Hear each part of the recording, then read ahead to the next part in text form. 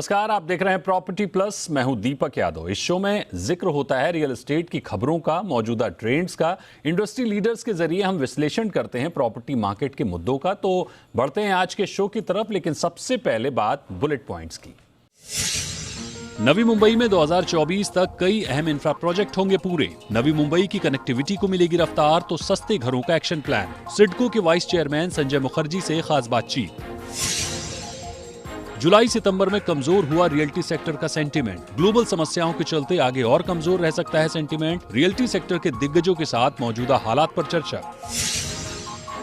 जनवरी से सितंबर के बीच बिके 2,73,000 घर, 2,65,000 नए घर हुए लॉन्च। 2019 के स्तर पर पहुंची बिक्री और नए लॉन्च। प्रॉपर्टी कंसल्टेंट एनरॉक की रिपोर्ट, देश के टॉप 7 शहरों में 2022 में हो सकती है 3,60,000 घरों की बिक्री।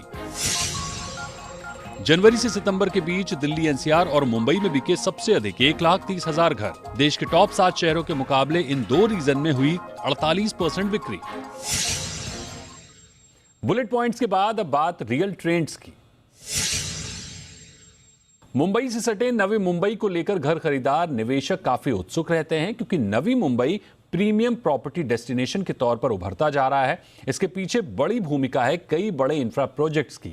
नवी मुंबई के अहम इंफ्रा प्रोजेक्ट्स को 2024 तक पूरा करने का लक्ष्य है, जहां एक तरफ नवी मुंबई इंटरनेशनल एयरपोर्ट की 100% जमीन प्रोजेक्ट को हैंडओवर की जा चुकी है, फाइनेंशियल क्लोजर किया जा चुका है, तो वहीं 3 फेज में अफोर्डेबल हाउसिंग के तहत 1.25 लाख घर तैयार करने की योजना है। नवी मुंबई के इंफ्रा डेवलपमेंट को लेकर मैंने बात की सिडको के वाइस चेयरमैन और managing director doctor Sanjay Mukherjee से। आपको भी सुनाते हैं पूरी बातचीत। हमारे साथ मौजूद हैं सिडको के वाइस चेयरमैन और managing director doctor Sanjay Mukherjee. Sir, बहुत स्वागत है आपका जी बिजनेस पर। मेरा पहला और बुनियादी सवाल यही है कि जब नवी मुंबई का जिक्र आता है तो वहाँ के इंफ्रा प्रोजेक्ट लोगों को आकर्षित करते हैं, लोग वहाँ इन्वेस्ट कर रहे हैं, लोग वहाँ पर प्रॉपर्टीज़ ले रहे हैं, तो वो जो इंफ्रा प्रोजेक्ट्स हैं वो कब पूरी तरह से अस्तित्व में आ जाएंगे, और वो कौन से, जैसे 4-5 बड़े नाम हैं इंफ्रा प्रोजेक्ट्स, वो उनकी स्थिति क्या है, एक्चुअल स्थिति क्या है? उसमें सबसे प्रमुख प्रोजेक्ट जो है वो है नवी मुंबई इंटरनेशनल एयरपोर्ट। और मैं ये कहना चाहूँगा कि अभी नवी मुंबई इंटरनेशनल एयरपोर्ट ये शायद देश का एकमेव प्रोजेक्ट होगा जिसका 100% land is now handed over to the project proponent. 100% ज़मीन जो है वो हैंड ओवर हो चुका है। उस एरिया में सिडको ने जो सिडको का काम करना था, जैसे कि उल्वे रिवर का डाइवर्शन था, या तो फिर आपका लैंड स्टेबिलाइजेशन था, रॉक कटिंग था, तो ये सारे काम जो है सिडको ने कंप्लीट कर दिया है। उसी प्रकार से उस प्रोजेक्ट का अभी फाइनेंशियल क्लोजर हो चुकी है, और उसका कमर्शियल ऑपरेशन डेट जो है वो दिसंबर 24 जो है, इस प्रकार से है। तो वो प्रोजेक्ट अभी एकदम मार्क पे है और वो प्रोजेक्ट अभी आगे चल रहा है। दूसरा बड़ा प्रोजेक्ट जो है वो है नवी मुंबई मेट्रो। तो नवी मुंबई मेट्रो जो है ये करीबन 11 साल पहले सिडको ने चालू किया था, और उस वक्त जो है इनफैक्ट गवर्नमेंट ऑफ इंडिया का मेट्रो की पॉलिसी नहीं थी, तो it was before it's time. But metro बड़ा कॉम्प्लिकेटेड विषय है, तो उसको जो है हमने महा मेट्रो को दिया हुआ है, और उसका भी काम जो है एकदम जोरों से चालू है। एंड वो भी एकदम कंप्लीशन के पास ही जो है आज के डेट पे खड़ा हुआ है। हम लोग दुनिया के सबसे बड़ा शायद ऑनगोइंग हाउसिंग प्रोजेक्ट कर रहे हैं। प्रधानमंत्री आवास योजना में हमारे 3 फेजेस है, तो तीनों फेज़ मिलाकर करीबन 1.25 लाख घर का ये है। तो पहला फ़ेज़ जो था, जो 23,500 घरों का था, वो फ़ेज़ कंप्लीट हो चुका है। सेकंड फ़ेज़ जो है वो 67,000 घरों का है, उसका काम चल रहा है। और थर्ड फ़ेज़ जो है उसका काम अभी चालू होने वाला है। तो ये जो है हाउसिंग जो है हम लोग जनरली जो इकोनॉमिकली वीकर सेक्टर है और जो लो इनकम ग्रुप के लोग हैं उनके लिए दे रहे हैं। 1 BHK के घर है। एक कॉन्क्रीट अगर डेडलाइन की बात करें सर, क्योंकि 3 बड़े प्रोजेक्ट हैं, चाहे वो एयरपोर्ट के आपने जिक्र किया, आपने हाउसिंग स्कीम का जिक्र किया, और एक ट्रांस हार्बर सीलिंग के, ये 3 बड़े प्रोजेक्ट हैं जो लोगों के जहन पे, लोगों के ज़ुबान पे रहते हैं, और वो चाहते हैं कि ये कब रेडी हो। तो कॉन्क्रीट डेडलाइन क्या है इनके तैयार होने की? हाउसिंग स्कीम का फ़ेज़ 1 जो है वो कंप्लीट हो चुका है, और उसके जो है जो फ्लैट्स थे वो फ्लैट्स का वितरण चालू है। इनफैक्ट ऑलमोस्ट सारे फ्लैट्स जो है वो फ्लैट्स निकल गए हैं। हाउसिंग स्कीम फ़ेज़ 2 जो है वो अभी 3 साल में वो कंप्लीट होगा, पर उसका भी जो है हमने रेरा में रजिस्ट्रेशन कर लिया है, और उसका वितरण जो उसका जो स्कीम है वो स्कीम चालू है। और अभी 7,900 करीबन 8,000 घरों का जो स्कीम है वो स्कीम अभी इट इज़ स्टिल लाइव। तो इस प्रकार से वो है। और एयरपोर्ट जो है, एयरपोर्ट का कमर्शियल ऑपरेशन डेट जो है वो 31 दिसंबर 2024 ये जो है ये एक सिडको और कंसेशनर के बीच में ये एग्रीमेंट है और इसी हिसाब से डेडलाइंस अभी तक के जो काम हुआ है वो टाइमलाइंस के हिसाब से हो रहा है। एक और प्रोजेक्ट है आपका थाने क्रीक का, उसका क्या स्टेटस है? थाने थाने क्रीक ब्रिज, तो थाने क्रीक ब्रिज जो है ये सिडको और एमएसआरटीसी का जॉइंट वेंचर है। इसमें सिडको जो है फाइनेंशियल पार्टनर है, तो हम इसमें एक जो है फाइनेंशियल कंट्रीब्यूशन करेंगे और एमएसआरटीसी जो है वो इसका एग्जीक्यूशन एजेंसी है, उसका भी काम चालू हो गया है। सर MTHL कोस्टल रोड के प्रोजेक्ट की क्या स्टेटस है? MTHL MMRDA इम्प्लीमेंट कर रहा है। सिडको ने जो नवी मुंबई क्षेत्र जो है उस क्षेत्र में भू संपादन जो है वो भू संपादन सिडको ने की हुई है और वो जगह जो है हमने MMRDA को उपलब्ध करके दिया है। उसकी लैंडिंग वो पूरा एरिया का जो है बेसिकली लैंड एक्विजिशन का जो भाग है, रिमूवल ऑफ एनक्रोचमेंट से, यानी हमने इस प्रकार से एक बहुत बड़ा ऑब्स्टिकल रिमूवल का एक बहुत बड़ा काम भी वहाँ पर किया हुआ है। तो MMRDA ने MTHL का मेरे ख्याल से डिक्लेयर किया है कि एंड ऑफ नेक्स्ट ईयर उस प्रोजेक्ट को कंप्लीट कर रहे हैं। एक अंतिम सवाल कि जैसे उल्वे में आपने 7,800 घर का ये प्रोजेक्ट लेकर आए हैं PMY के तहत, इसके अलावा और सस्ते घर, अफोर्डेबल हाउसिंग के और प्रोजेक्ट क्या लाने का विचार है और कहाँ लाने का विचार है? तो हमने सारे नोड्स में, इनफैक्ट नवी मुंबई के नोड्स है, whether it is Vashi, whether it is Ghansoli, whether it is outside Navi Mumbai, समझ लीजिए खारगर है, कलम्बोली है, उल्वे है, द्रोणागिरी है, तो हमने सारे नोड्स में हाउसिंग प्लान किया हुआ है। अब ये जो सारे नोड्स में हाउसिंग प्लान की हुई है वो उस नोड की रिक्वायरमेंट के हिसाब से प्लान किया गया है। तो अलग अलग सेगमेंट्स ऑफ पॉपुलेशन के लिए हमने ये प्लान किया गया है।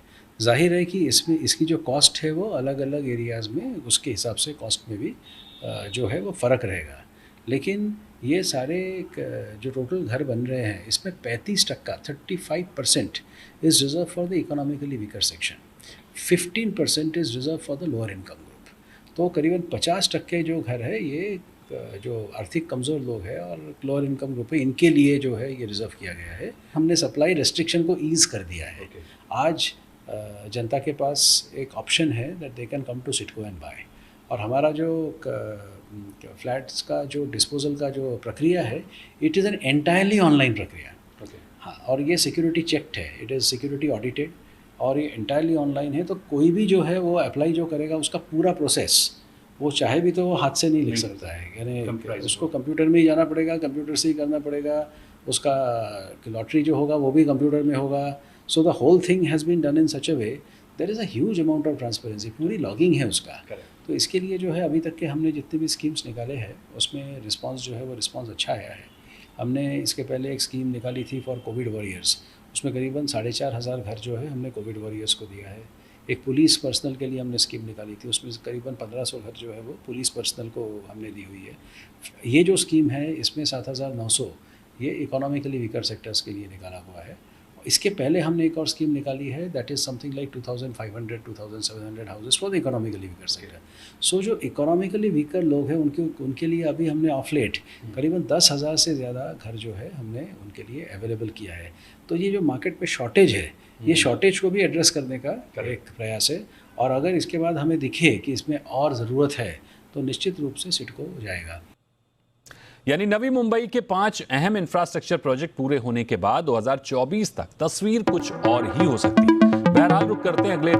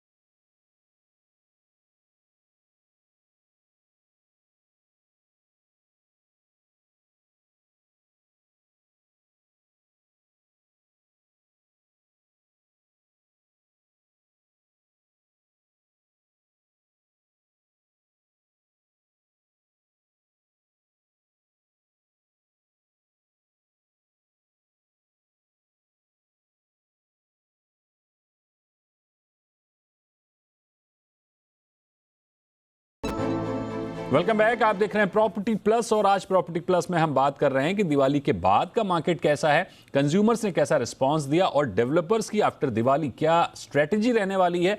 तो इस पूरी चर्चा को आगे बढ़ाते हैं। हमारे साथ मेहमान जुड़े हुए हैं। राजन सर, मेरा अगला सवाल यह होगा कि करंट और फ्यूचर सेंटिमेंट स्कोर गिरता दिख रहा है, ऐसे में डेवलपर्स की स्ट्रेटेजी क्या होगी?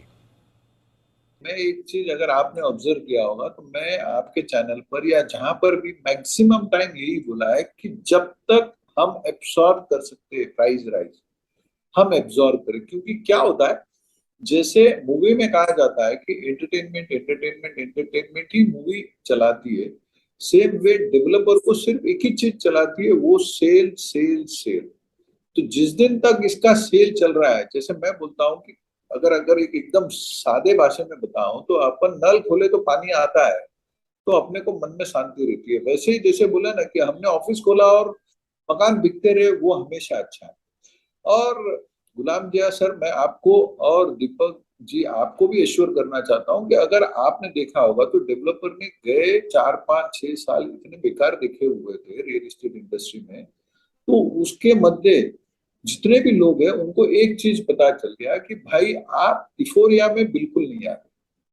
And Gulam Dia sir, I can assure you from the point of industry, we all today live in reality. We know what's the reality and we know कि अब we have to deliver.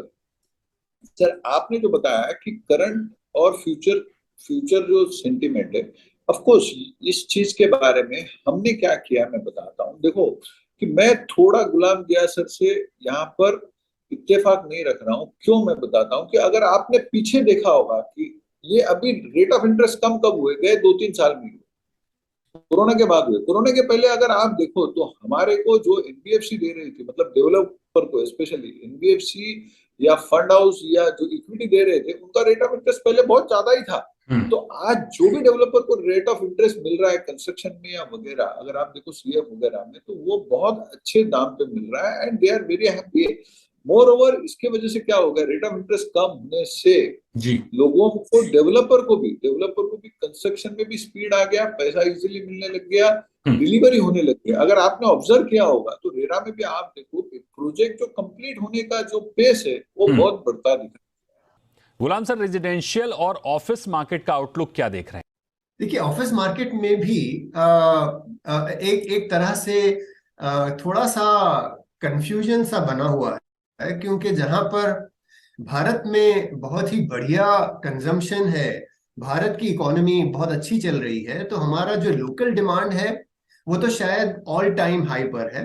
लेकिन चूंकि global परिस्थिति थोड़ी सी चिंताजनक है, चाहे आप जो रशिया और यूक्रेन वॉर का जिक्र कर लें या फिर एनर्जी क्राइसिस की बात कर लें, ये कुछ ऐसी चीजें हैं जिन्होंने ग्लोबल, खास तौर से अमेरिका और यूरोप, और हमारा जो ऑफिस मार्केट है वो बहुत हद तक अमेरिकन इकोनॉमी पर डिपेंड करता है।